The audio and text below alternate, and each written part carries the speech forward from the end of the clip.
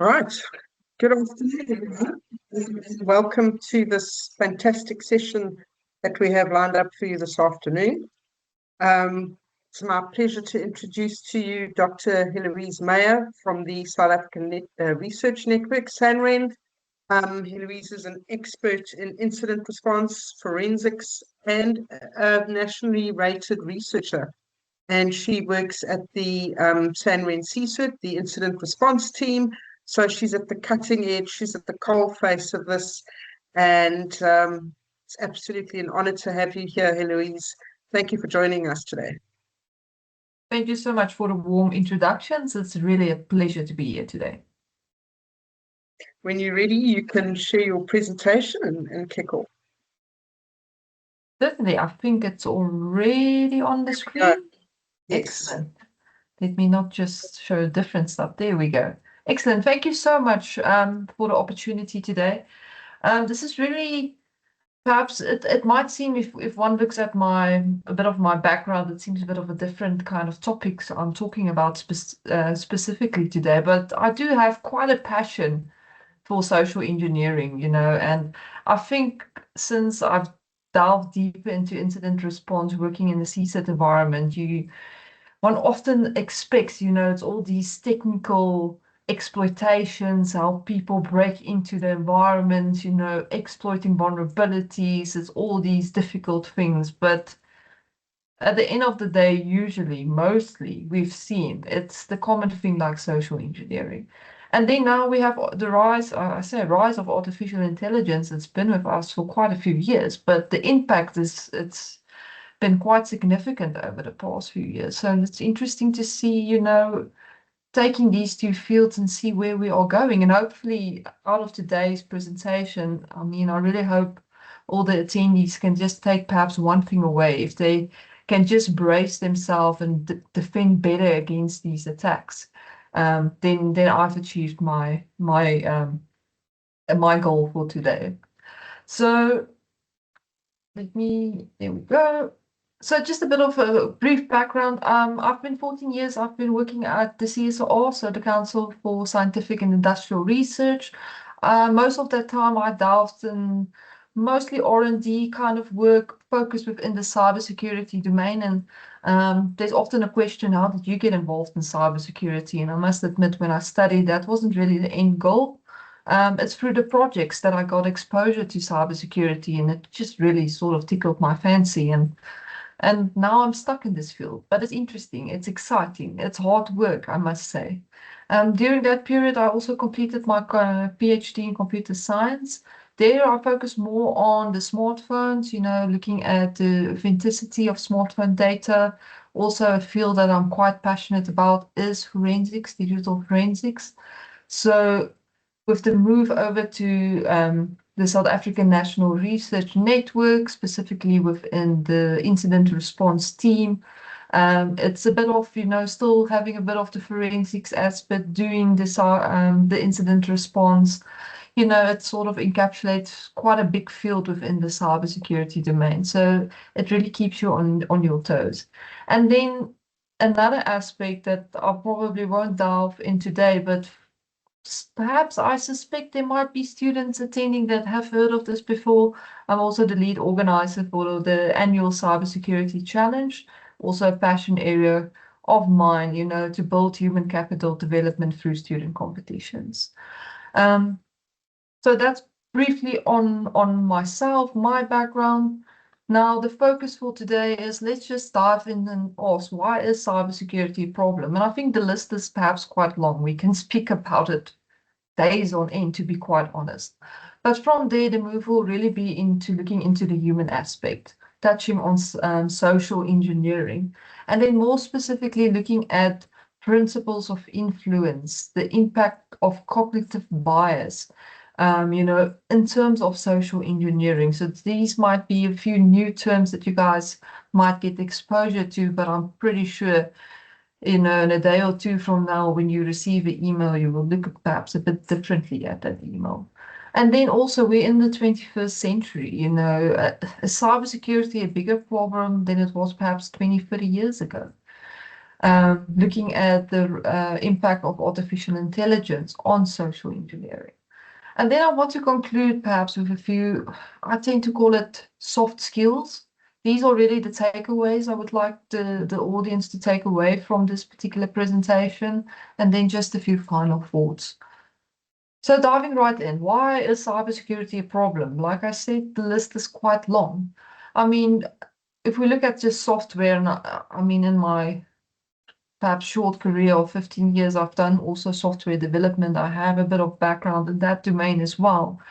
I mean, when it comes to software, you're looking at applications, systems with millions upon millions of lines of codes. It's different languages. I mean, since I started, there's so many new languages that have come in that's become popular. I think of Go, I think of Rust. There's third-party libraries. We always say don't really invent the wheel. If there's something out there already doing what you need, bring it in. But the thing is, if you have such big dependencies, even a small mistake can be catastrophic. And we often, these small mistakes goes unnoticed just in terms of volumes.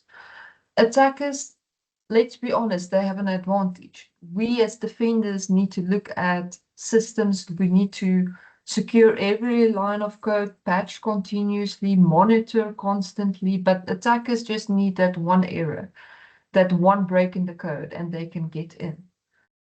And then security, in terms of looking at revenue, traditionally, security is not really out there to help a business grow, perhaps one can say, but I think this is perhaps a perspective that have changed a bit in recent years.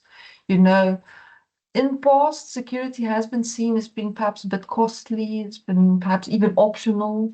Some people might even say it was like a crutch purchase, you know, because it's not driving your direct revenue. But I think this shift, there's been a shift in terms of looking at security as quite critical and integral to any kind of organization, or at least I hope that is the case. I'm starting to see it in certain environments, I must be honest. And then I think if we look at security in general, and I mean, I think the large part of the audience here, we stay in South Africa, so security is always at the top of our mind. But there is this mindset, you know, it won't happen to us. You read something in the news, it seems far away, you know, it feels distant. And, you know, this doesn't just apply to perhaps physical security, but it's the same with cybersecurity. Oh, that company was ransomware, but no, they won't target us. I mean, we don't have much, you know, why would they look at us? That's not the right mindset. I mean, they will target anything and anyone they can technically get their hands on. And this leads to the kind of reactive culture, you know, if something happens, then we'll do something. You know, actions follow after incidents. That's when we'll bring in security. And unfortunately, that's usually too late.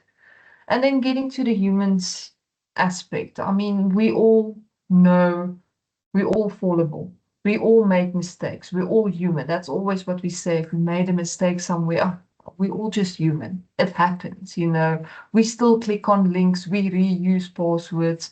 There is misconfigurations in systems. We see it. It happens. It's part of a human being.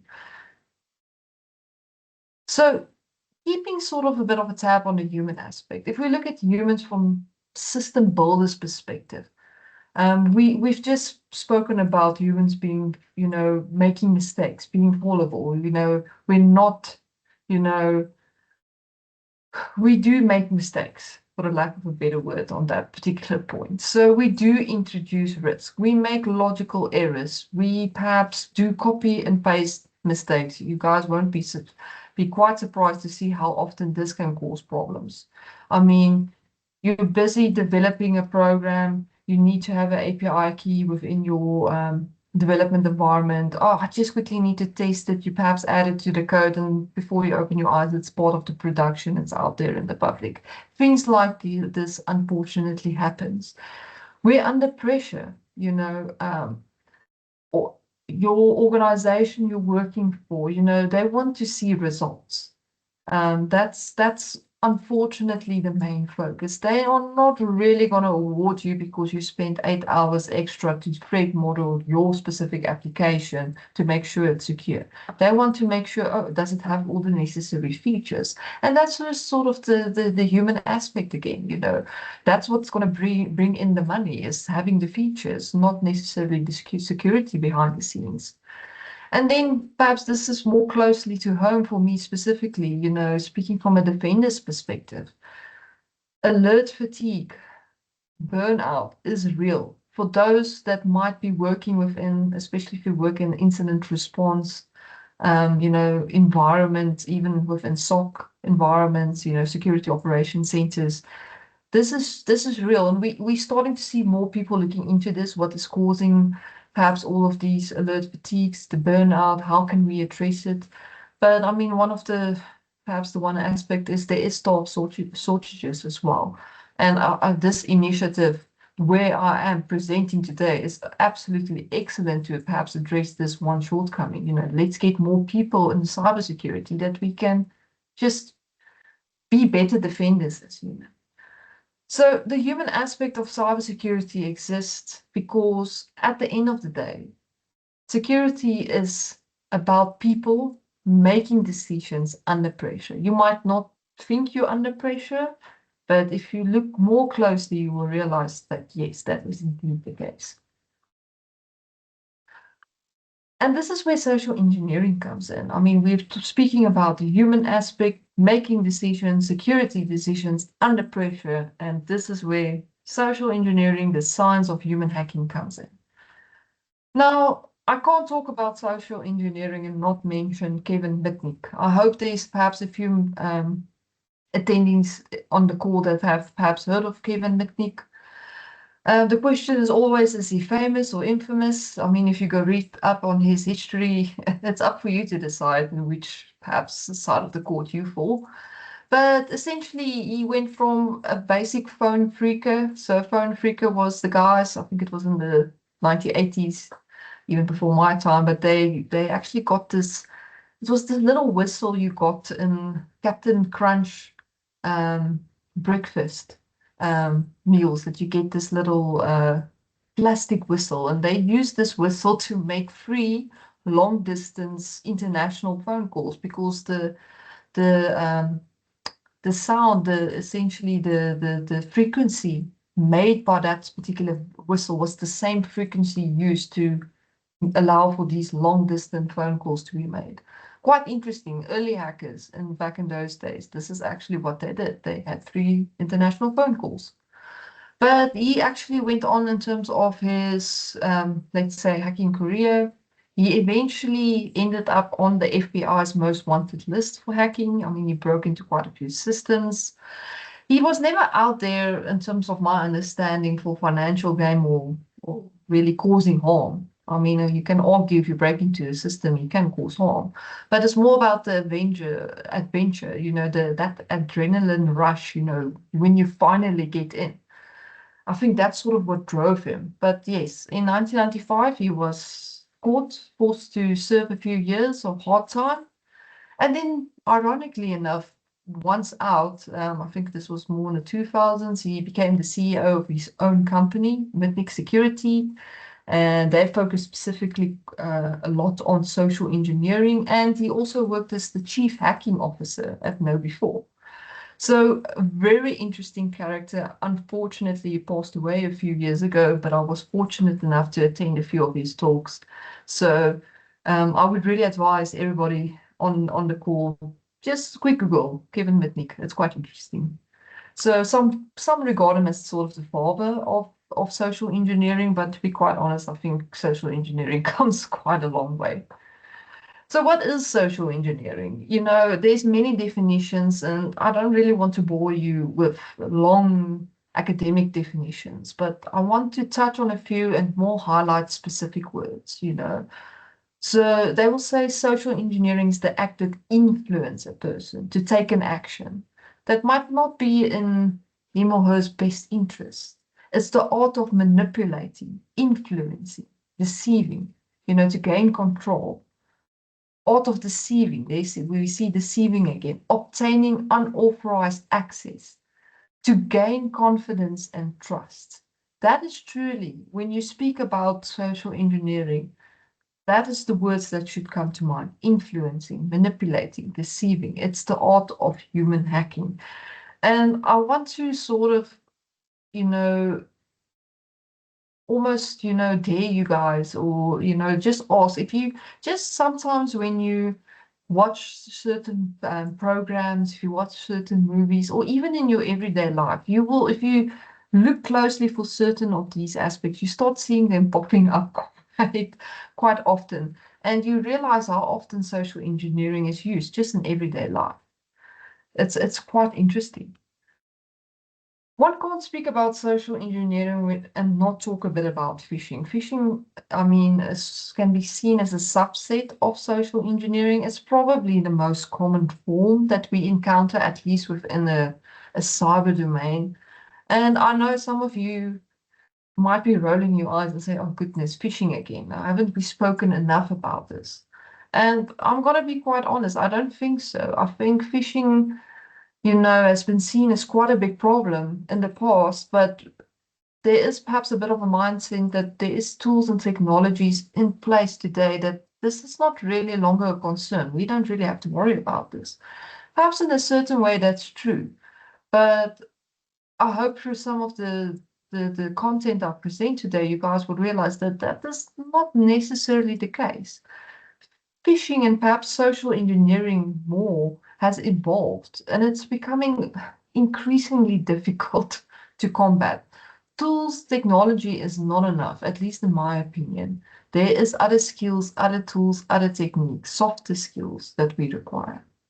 So phishing, perhaps for those of you that might not be familiar, this is a deceptive technique where attackers might impersonate trust entities. So this might be, let's say, your IT department. It might be from a well-known company. It might be from an authoritative figure, within your organization, where they want to try and trick you to reveal some sensitive information, or perhaps click on something or download something. It might just be, to be quite honest, it might just be a colleague. I will perhaps touch on a brief incident I experienced, it's about 2-3 months ago now, So phishing is still commonplace. It can take different forms. I mean, hopefully some of you heard about spear phishing, which is more directed, where you have perhaps a specific individual or perhaps a smaller group of targets that you want to target directly. Whaling, which is more your high profile value targets, that would be your CEOs and so forth, where you will try and target them to reveal some sensitive information. Now, in the past, there's been common tricks of the trade to say, listen, this is how you can recognize a phishing attempt. I mean, you can look at the email address. It might be slightly altered. It might look slightly suspicious. The example I'm showing on the screen of Microsoft, where you replace the M with the RN, is actually something I've seen quite recently being used. It's quite common. Because if you look quite quickly, you will miss it, especially if you're under pressure, if you're in a hurry, you need to get the work done, you might miss this. And then we talked about, there's always the talk about urgency, respond immediately, or you'll be locked out. And we'll dive a bit more into these aspects in the next few slides. You might look for attachments, and then the most common one was always been, oh, poor spelling, grammar, formatting. But I think we can all be quite honest that is no longer the case. I mean, with artificial intelligence, large language models, but we'll touch more on that. Phishing has evolved further, where, I mean, you get it in the form of SMS messages. The example shown on the screen is actually one I received. It's been a few years ago now. There isn't the actual date in the image, but this is, I think, about 2 or 3 years ago, but it's still relevant. And I mean, you guys can decide for yourself if you would respond to this particular smishing attack. I mean, I do bank with Standard Bank. I can acknowledge it, but when I saw this immediately, I was just like, nope, this looks very suspicious. Phishing is really up and coming. Voice phishing. and this is really driven by artificial intelligence, specific deep fakes. This is increasingly becoming more popular and a very, very scary notion. Um, because if somebody calls you and they sound like the person, there's no other way, you can't see them, there's no other way to verify, you might fall for such a scam.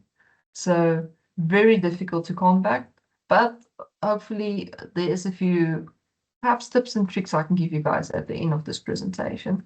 And then QR phishing, this is also, I think it's not something it's not relatively new, but we've seen it up and coming. And what I've noticed recently, if you look at phishing attacks where they typically will have you a specific link in where you need to click on the link that might take you to a malicious site or where a site to harvest your credentials, technologies or tools, spam filters, all those kinds of things might pick up those links. So now they're using QR codes and just embed that malicious link within the QR code because it will pass through those filters.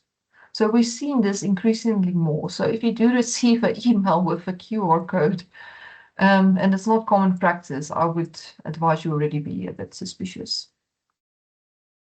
So in terms of the methodology of a social engineering attack, and this applies to any form of phishing attack as well, there's sort of three general steps. There's debate, where attackers will take a bit of time to look into their victims. I mean, it might be a group, perhaps from a specific organization that they want to target. It might be a smaller group. It might be a specific individual, a CEO, and they will try and see what they can learn about them, what makes them tick, what are they working on, the typical reconnaissance before the attack would be launched.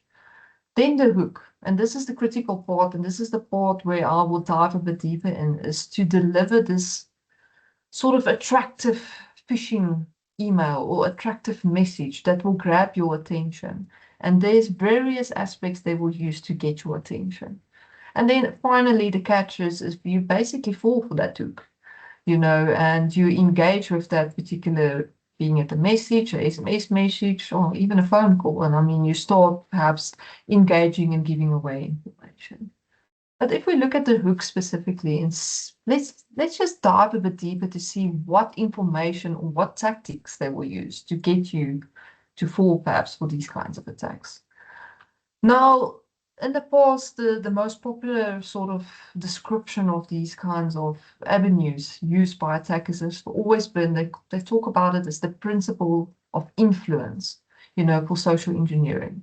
Where they will mention authority, trust, commitment, liking, fear, social proof. There's various different, influence measures and types they will use to get you to pay attention to that particular message. Now, I think if we look at authority, trust, fear, urgency, those are the common ones that we're probably familiar with. I mean, from an authority perspective, it's perhaps from your manager, it's from the IT department, somebody with some form of authority, or perhaps even a trust relationship. Will come and say, listen, there's been a problem, you need to fix this, please click on this link. Or they will say, listen, like that SMS message, if you don't, address this immediately, you will be locked out of your account. And we all know, perhaps, the struggles if that happens to get back in. So those are the common ones we tend to see. But there are other ones that might be a bit more subtle. I mean, attackers might take time and just, make almost small movements, and say, if you do this a bit, and it's a legitimate request. I mean, perhaps download this document. Oh, there's nothing wrong with it. Or go to this website.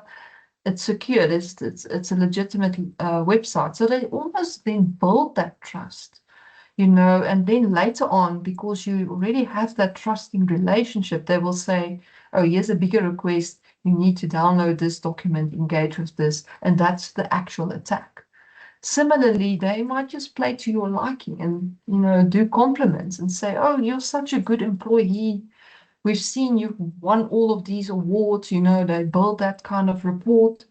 And then, you become comfortable, you relax, you become less suspicious, and then they will target that. They will make use of that vulnerability.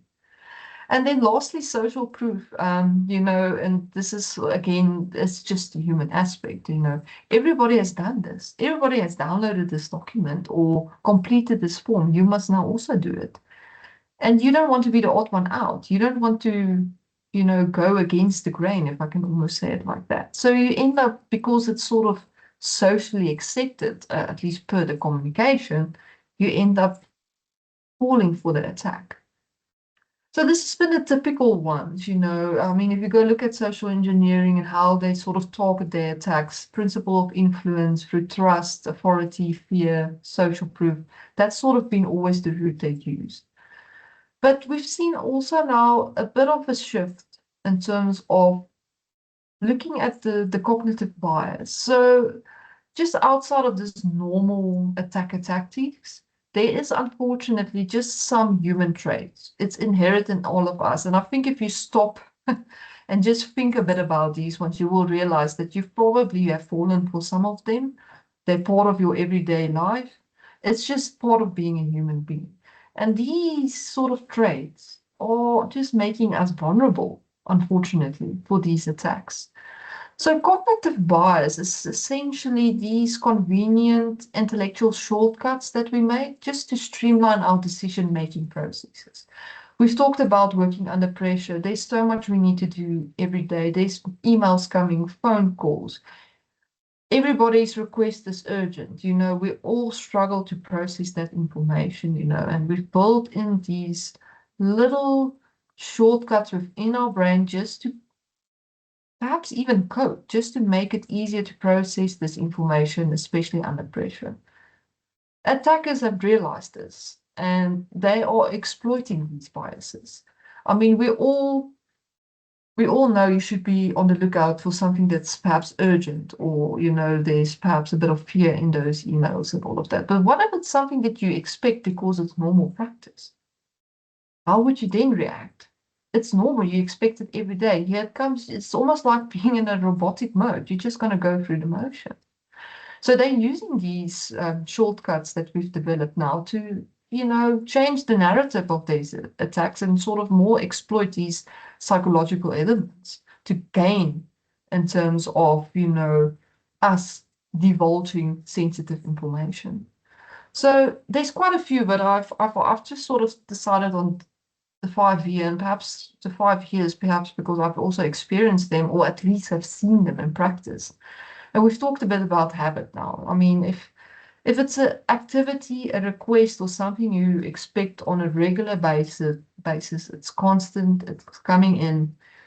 I mean, if there's a slight change, perhaps even to it, but it comes as expected, you might still fall for it because you were expecting, So just exploiting our normal habits, essentially. The next one is the halo effect, where we tend to have this tendency where we just have this certain trust relationship with perhaps well-known brands, with well-known companies. And,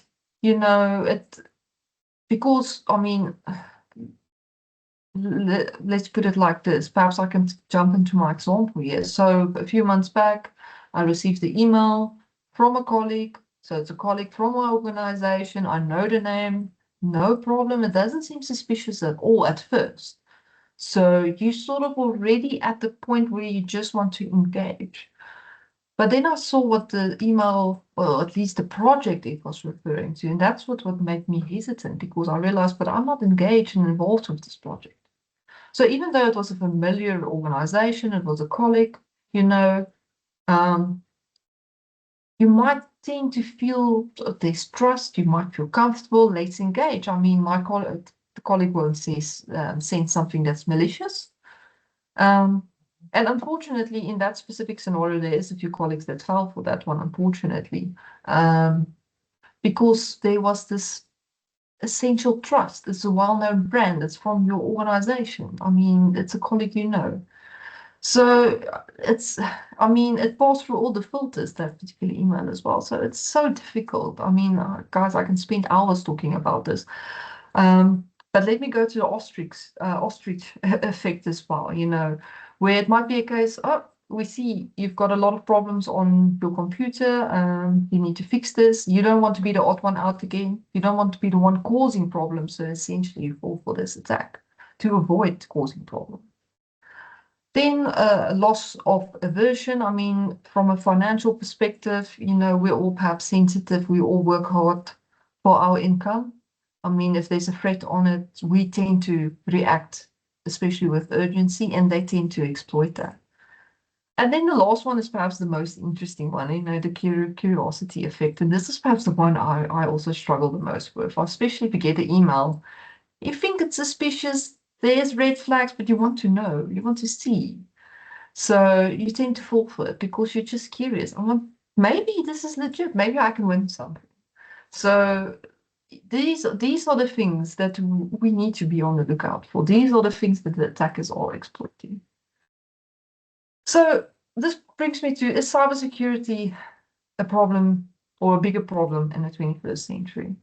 And if we look at the impact of artificial intelligence, and if I look at recent times, my answer to this particular question would be yes. I mean, reconnaissance, if you want to do social engineering attacks, is so much easier now with all these chatbots. Do yourself a favor, just go see what you can learn about yourself by asking a chatbot what you know about you as a person. It's quite interesting the results you might get. Malware generation, it's so much easier. It's such a lower barrier of entry. Rapid rewriting. We've seen where AI and large language models was used to generate malware to target recent vulnerabilities. I think of the React to Shell, I saw there was AI-generated malware used to attack that vulnerability. Vibe coding, this is probably one, I think one can have a session on its own. It comes with its advantages and disadvantages, but I think this has a big security impact. If you want to see why I say so, just go look at OpenClaw. It was vibe coded and it's got a long list of vulnerabilities and it's all over the place currently. And then AI-driven social engineering. And this is perhaps the one where I want just to spend a bit of time on as well. Just cognizant of the time as well, so I'll just keep track. So if we look at AI-powered evolution in terms of social engineering, we've mentioned the red flags. You can't look at poor grammar anymore, awkward phrasing. That's not going to tell you if this is a phishing attack or not.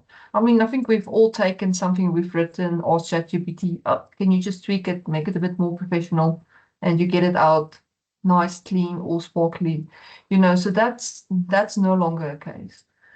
And then also, attackers can now use chatbots, get that information, scrape LinkedIn, social media, craft a spear phishing email that I think even us well-versed in cybersecurity will fall for.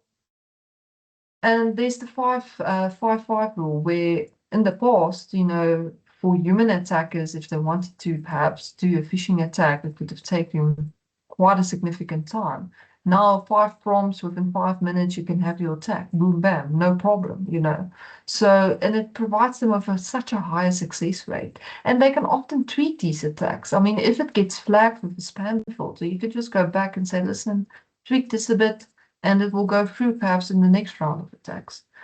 This is where we are. There is studies that have shown that AI-generated phishing emails have shown a 54% click-through rate, compared to just the 12% of human written phishing messages. So we're in a new era. Our traditional tools and technologies is no longer working. And perhaps then to add a cherry on the cake, there's deepfakes. And this is perhaps another topic where one can go in quite a lot of detail. I'm just going to highlight it here. For those of you unfamiliar with deepfakes, it's basically synthetic media. Can be video, audio, images. It's usually created using deep learning, so generative adversarial networks. And to be honest, I'm pretty sure most of you have encountered this. It's really difficult to sort of distinguish between what's real and what's not. And the thing is, you don't need much. You need if you can have a few images, if you can have a small sound clip, you can develop this. There's online tools free of use that can allow you to get this going. And if you look at the context from social engineering, these deepfakes specifically now, through artificial intelligence, is much more realistic. There's much more visual, vocal proof. They add sensory validation, so it look and sound real. So my question here is, I mean, does the duck test still apply? So the duck test is if it walks like a duck, if it swims like a duck, and if it quacks like a duck, it's probably a duck. But is this true deepfakes? I mean, if it sounds like your friend, it looks like your friend, is it your friend? I don't know. That's the question. That's the question we all are struggling with. So in terms of deepfakes, I wrote quite an extensive article on recent deepfakes attacks. I'm not going to spend too much time on this, just in terms of looking at the time, but it's quite interesting how it has evolved. There's a nice timeline, and you can see, where it started out in 2018 with there was the first known sort of deepfake voice cloning attack, and then there was actually an attack involving biometric authentication systems where they used deepfake, I think it was deepfake images to bypass a biometric system. Then in terms of cryptocurrency, where they made a deepfake video of Elon Musk, and I mean, there's so much material of him available online. It's very easy, perhaps, to make those deepfake videos.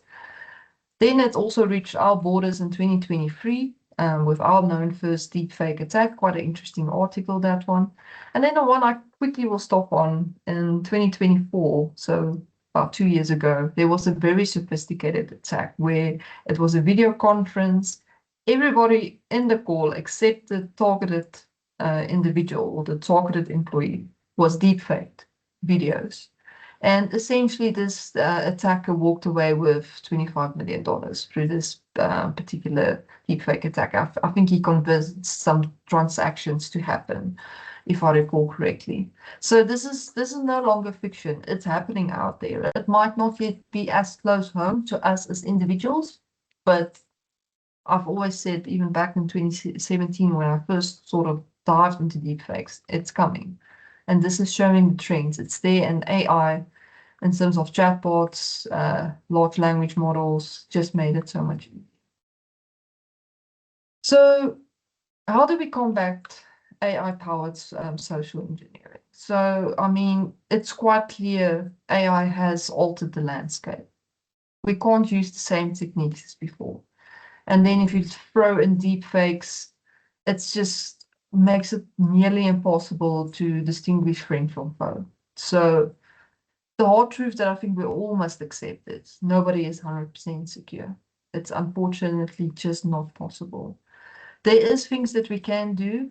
There is strategies that we can apply. And I think one of the things we must start sort of assuming or practice is that requests need verification. I mean, if you just receive a request, even if it's perhaps somebody you think you know, additional form of verification will be needed.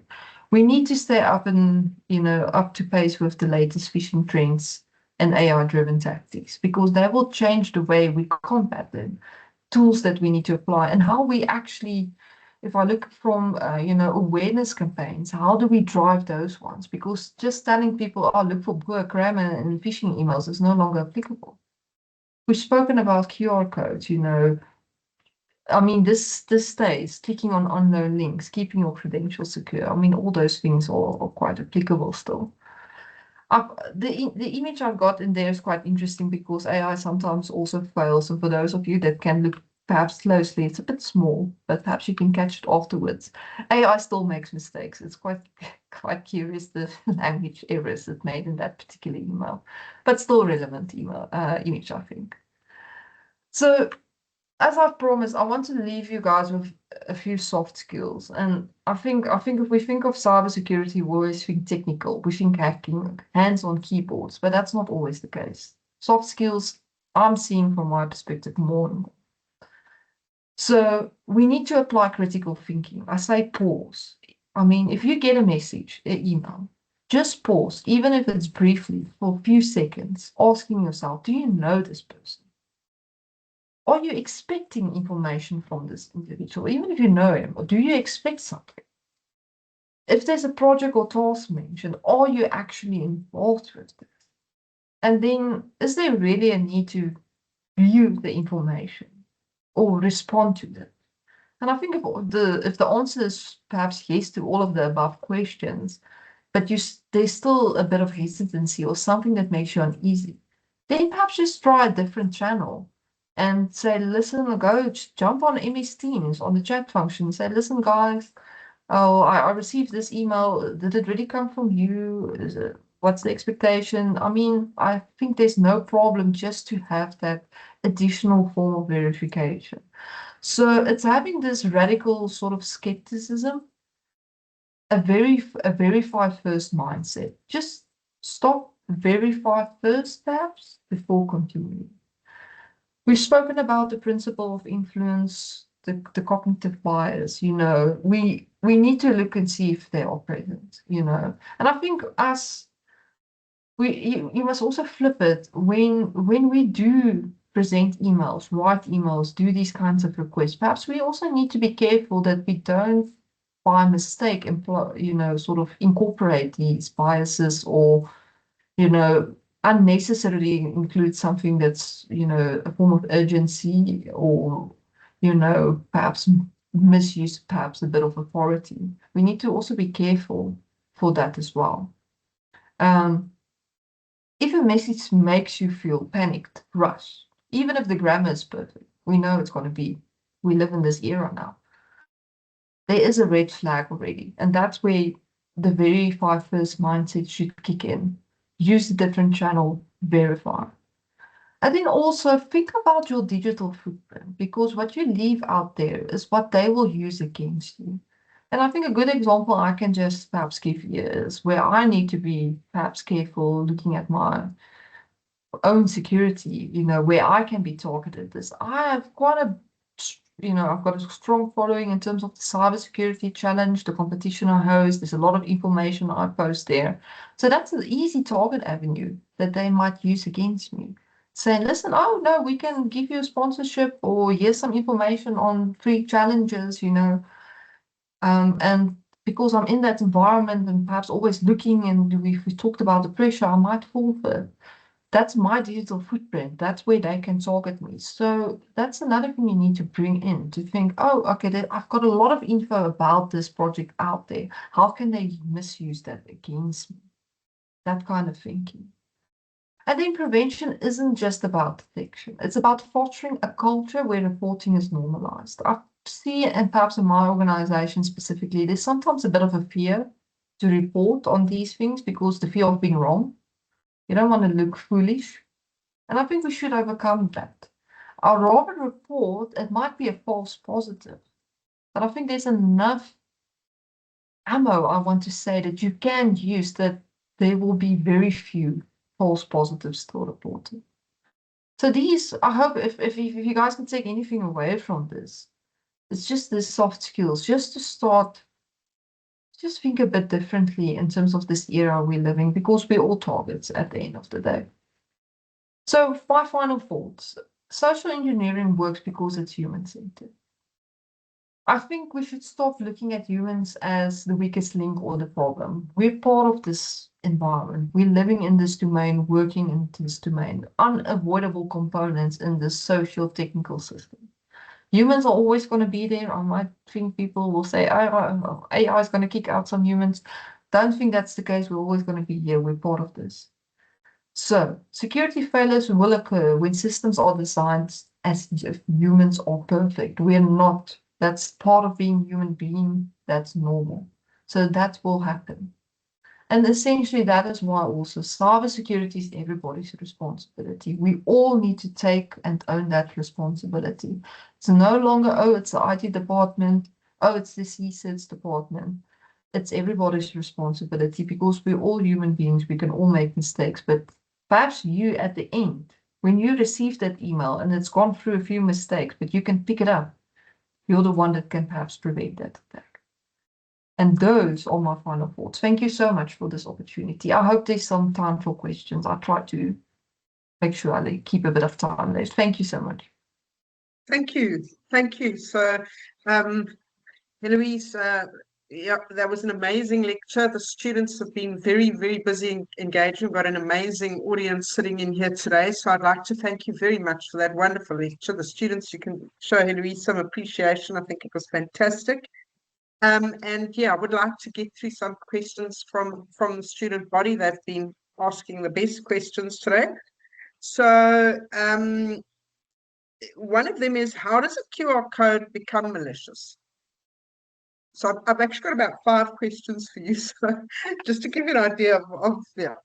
No, no, it's a very good question, because if you look at the QR code, I mean, if you look at the malicious one and a non-malicious one, depending on how you define it, you're probably not going to be able to distinguish. And with shortened URLs, it becomes even more difficult. So you essentially, I would say, and this is just my view, a QR code essentially becomes malicious if that link you've included, especially if it's a link, perhaps leads you to something that might mislead you, that's not real, that's not legit, asking you to provide information under false pretenses. That's where I would say it might be deemed malicious, but at the end of the day, it's still you that followed that link. And if it's a shortened URL, again, it's so difficult. It's so difficult. So it's not as clear cut, unfortunately. Thank you. So the couple of questions around cognitive bias and phishing. And Kohotso asks a question. She says, how do you personally handle the curiosity effect? How do you conclude if it's not phishing?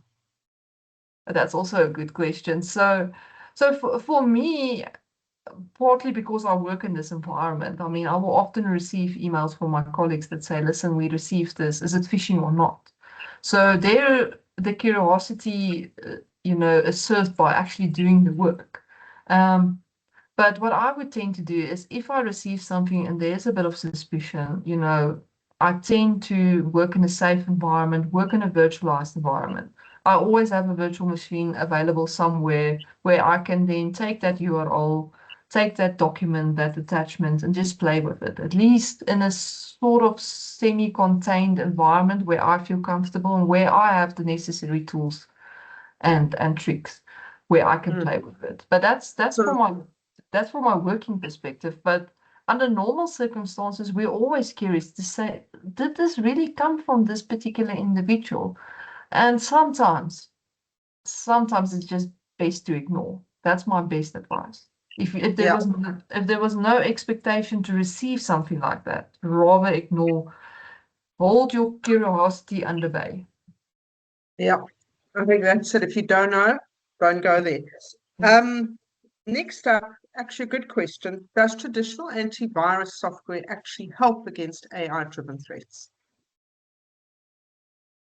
That is a very good question. So it's not, I must be honest, it's not something I've delved into quite deep territory yet. But I think what I've seen and what I've noticed is that there is struggles, because it's so much easier to adapt and change. If you look at malware, the traditional ways in which it's detected, looking at, certain patterns, or perhaps, it might have a certain hash because the code is written in a certain way. So it is making it more difficult. I must say, in terms of reliance on antivirus, it's probably still needed for the obvious ones, but we probably in the near future going to need more techniques. Our security must be as adaptable as what artificial intelligence is sort of driving from an attacking side. And I'm not sure, it's always a two-way battle, and I'm not sure if we're yet there from a security perspective to stay pace with this. But like I said, I haven't dived too deep into that environment yet. So thank you. This kind of backs into another question about and I think it's quite a technical question. I'm not sure if we can actually cover it now. How to defend against AI? What tools can we deploy? And, I think that's quite a Yeah. mixed bag of different things that can come out there. Yes, yes. It really boils down to what are you trying to defend against? I mean, it's quite broad spectrum. But what I was trying to achieve through this particular presentation is to say, listen, the tools might be lagging behind a bit. You need to look at softer skills to prevent and defend against these attacks. Um, that is unfortunately, it's always been the case. It's always like the attackers are always 2 steps ahead than us as defenders. So we can't, I believe, in this era, just rely on tools anymore. The tools are trying to keep up, they're trying to get there, but there's always a little bit of a gap. So we need to look at softer skills. And could you just perhaps elaborate on those softer skills just briefly? Definitely. I think it's more about, not taking everything on face value, perhaps just questioning a bit, I mean, if we take the phishing examples again, there is this expectation, there's tools behind the scenes that's looking at it, making sure it's safe by the time it reaches your inbox. But with artificial intelligence in place now, a lot of those tools working for the attackers, you sort of need to make the acceptance that that's no longer the case. And that's where the softer skills coming in, just to sort of perhaps just question, and not Yeah, just that's assume the tools can do everything, essentially. is the all important skills of an analysis, I think, critical Yes, thinking, definitely. um, this strategic foresight, and the ability to create context in your head around what's going on, I think is very Yes. important. So there was a really great question about um, South Africa introducing digital IDs, and you know, from the point of view of a defender, 'cause a lot of people have got quite a negative perspective on digital IDs, but is this going to expose South Africans to even more fraud, unfortunately? That's the kind of the question. Yeah. It really boils down on how we will handle that particular approach and how we will, at least the techniques we will apply to secure those digital IDs.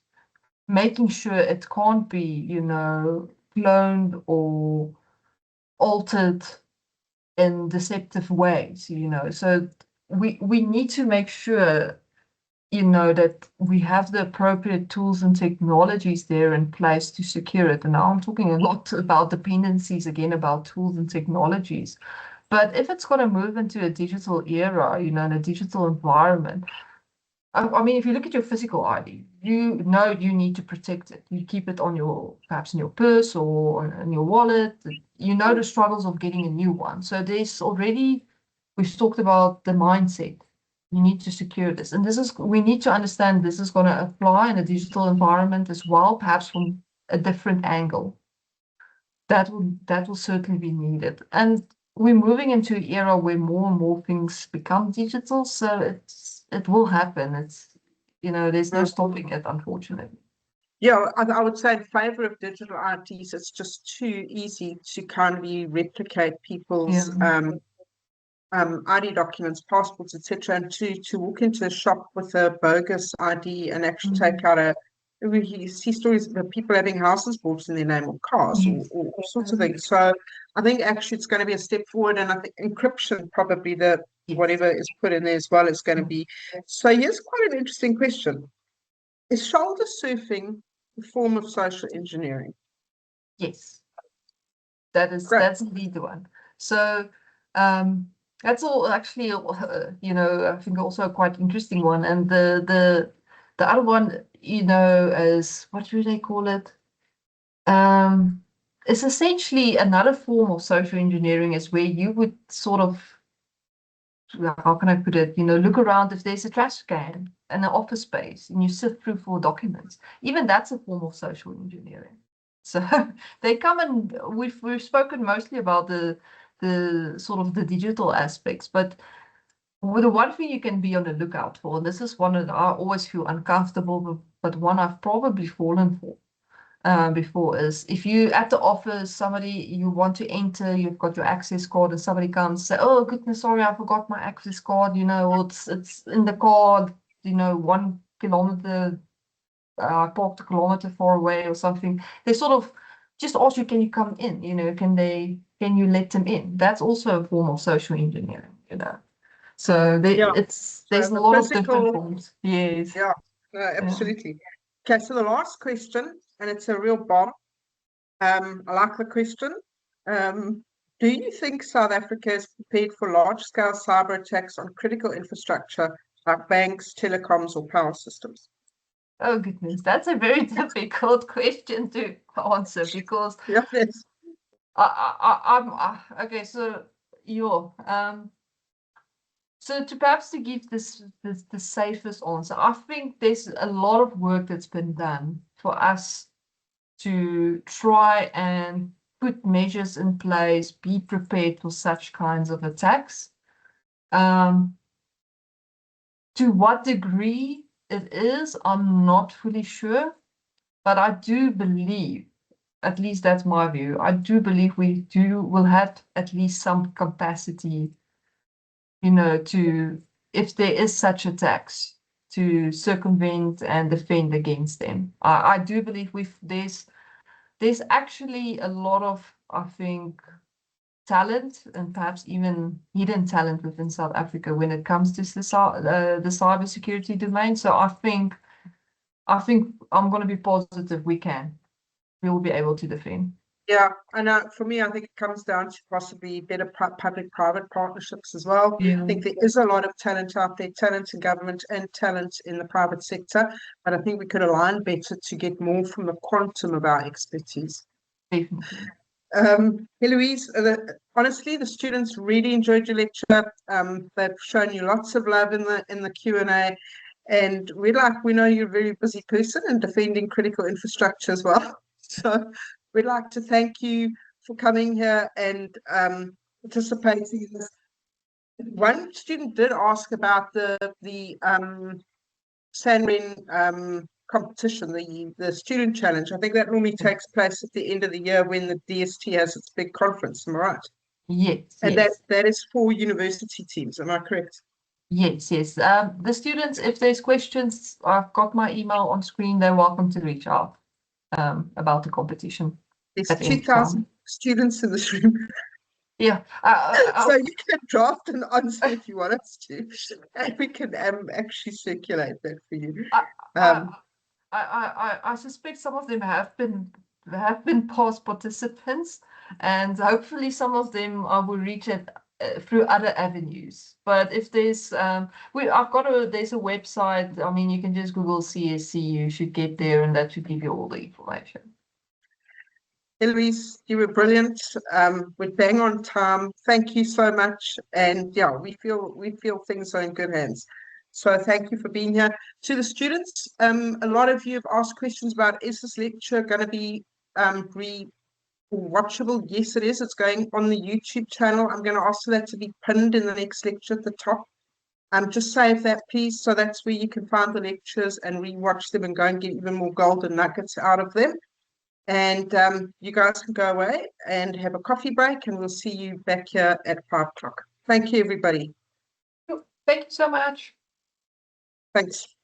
Cheers. Cool. Thanks. Bye-bye.